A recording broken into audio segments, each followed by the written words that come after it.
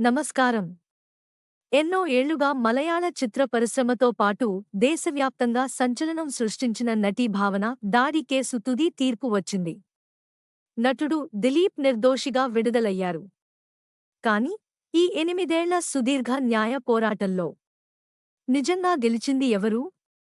ఒక బాధితురాలు, విక్టిమ్, ధైర్యంగా నిలబడి సర్వైవర్ గా మారిన ఆ అద్భుత ప్రయాణం ఏంటి? ఈరోజు సిరి ఎక్స్‌ప్లెయిన్స్ లో ఈ పూర్తి వివరాలు చూద్దాం. కోర్టు గదిలో న్యాయమూర్తి తీర్పు ప్రకటించినప్పుడు రెండు రకాల భావోద్వేగాలు కనిపించాయి. ఒకవైపు నటుడు దిలీప్. ఆయనపై ఉన్న కుట్ర ఆరోపణలు, క్రిమినల్ కన్స్పిరసీ ఏవీ నిరూపించబడలేదని ఎర్నాకుళం ప్రిన్సిపల్ సెషన్స్ కోర్టు ప్రకటించింది.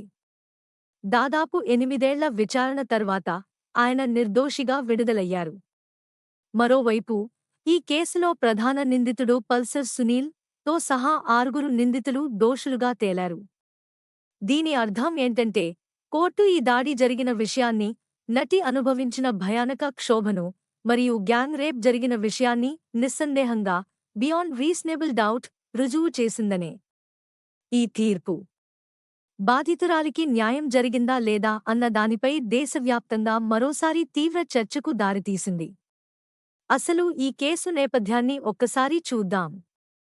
సంఘటన 17 ఫిబ్రవరి 2017 రాత్రి నటి త్రిస్సూర్ నుంచి కొచ్చికి కారులో ప్రయాణిస్తుండగా నిందితుల గ్యాంగ్ ఆమె వాహనాన్ని అడ్డుకుంది.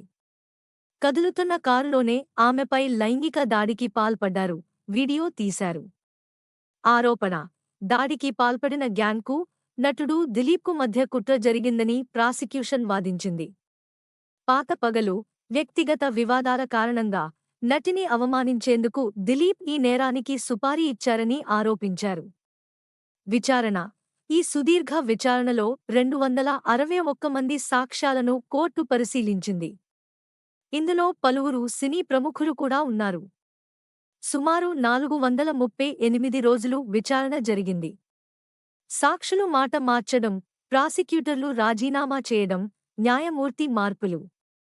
ఇలా ఈ పోరాటం ప్రతి అడుగులోనూ సవాళ్లతో నిండిపోయింది. తీర్పు సారాంశం: గ్యాంగ్ చేసిన నేరాన్ని కోర్టు నిర్ధారించింది. కాని దిలీప్పై ఉన్న కుట్ర కోణంను నిరూపించడంలో ప్రాసిక్యూషన్ విఫలమైందని కోర్టు తేల్చి చెప్పింది. న్యాయంలో ఒక అనుమానం మిగిలి ఉన్న నిందితుడికే అనుకూలంగా ఉంటుంది. ఇక్కడ అదే జరిగింది. ఈ తీర్పు తర్వాత దిలీప్ తనపై జరిగిన కుట్ర గెలిచిందని, నిజం గెలిచింది అని ప్రకటించారు. అయితే కోర్టు దోషిగా తేల్చిన 6 నిందితులకు డిసెంబర్ 12న శిక్ష ఖరారు కానుంది. ముఖ్య విషయం: కేరళ ప్రభుత్వం ఈ తీర్పుపై హైకోర్టులో అప్పీల్ చేయాలని నిర్ణయించింది. అంటే దిలీప్ నిర్దోషిగా విడుదలైనా ఈ న్యాయ పోరాటం ఇంకా ముగియలేదు. ఈ కేసు ఫైల్ ఇక హైకోర్టు మెట్లు ఎక్కనుంది.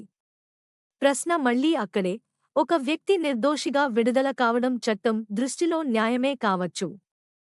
కాని సమాజం దృష్టిలో మరియు ఒక సర్వైవర్ పోరాటంలో ఇది ఎటువంటి ప్రభావాన్ని చూపిస్తుంది? ఈ కేసులో చారిత్రక అంశం కోర్టు తీర్పు కాదు. 8 ఏళ్లుగా ఏకధాటిగా, అలుపెరగకుండా నిలబడిన ఆ నటి పోరాటం. ఆమె పేరును మనం భావన అని ఇక్కడ వాడుతున్నాం. 1. పేరు మార్పు: విక్టిమ్ టు సర్వైవర్. సాధారణంగా ఇలాంటి కేసుల్లో బాధితులు తమ గుర్తింపును దాచుకుంటారు. కాని ఆమె ధైర్యంగా ముందుకు వచ్చి తన అసలు పేరును బయటపెట్టింది.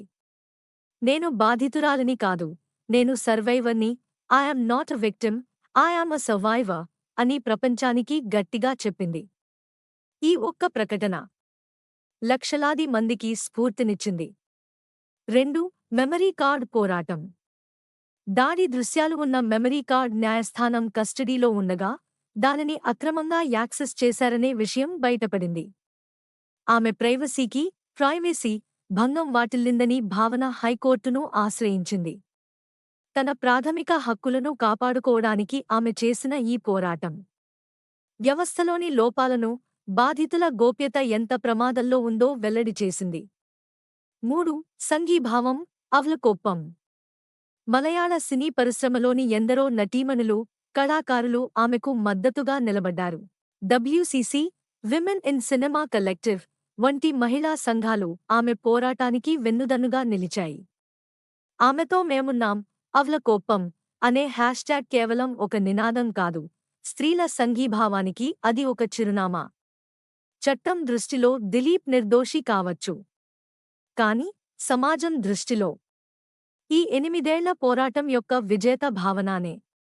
ఈ కేసు కేవలం ఒక సినీ నటుడి చుట్టూ తిరిగే కుట్ర కేసు మాత్రమే కాదు. ఇది సినిమా పరిశ్రమలోని మీటూ ఉద్యమానికి, మహిళల భద్రతకు అద్దం పట్టింది. ఈ కేసు కారణంగానే సినీ రంగంలో లైంగిక వేధింపులపై జస్టిస్ హేమ కమిటీ నివేదిక విడుదలైంది. పరిశ్రమలో మహిళలు ఎదుర్కొంటున్న వేధింపుల గురించి అది స్పష్టంగా తెలియజేసింది.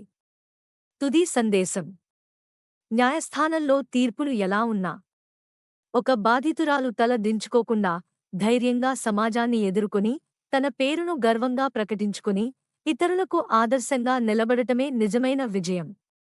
భావనా ప్రయాణం ఒక అగ్ని పరీక్ష. ఈ ప్రయాణంలో ఆమె కోల్పోయింది ఎంతో ఉన్నా, ఆమె సాధించిన ధైర్యం, ఆమె వెలిగించిన ఆశ, దానికి వెలకట్టలేం. ఇక ఈ పోరాటం హైకోర్టులో ఎలా మలుపు తిరుగుతుందో చూద్దాం.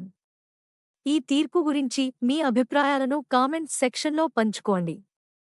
ఈ వీడియో మీకు నచ్చితే లైక్ చేయండి. మరిన్ని విశ్లేషణల కోసం మన ఛానల్ను సబ్స్క్రైబ్ చేసుకోండి. నమస్కారం.